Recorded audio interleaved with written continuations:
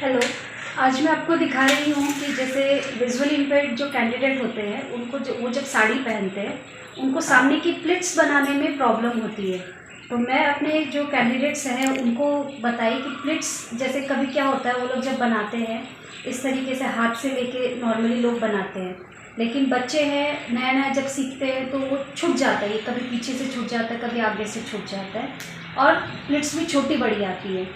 उसके लिए मैंने उनको बोला कि जैसे पेन है, पेन का ये ढक्कन है, इसमें हमने पहले साड़ी को ऐसे फंसा दिया, ऐसे पकड़ा, फिर ऐसे लेना शुरू किया। इस तरीके से सामने का जो टिप है उसमें हमने टाइट करके ऐसे लिया। इस तरीके से हम बार बार सामने लेते जाएंगे और यहाँ पीछे की तरफ से पकड़ते जाएंगे।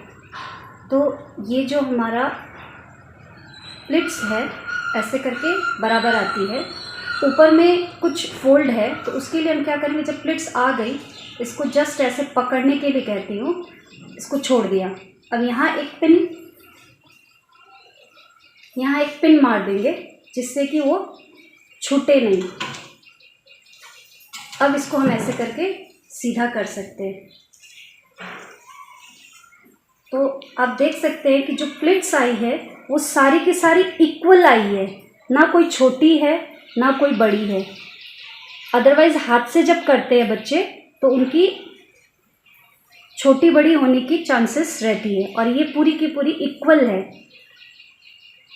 है, छोटी ना बड़ी। Thank you.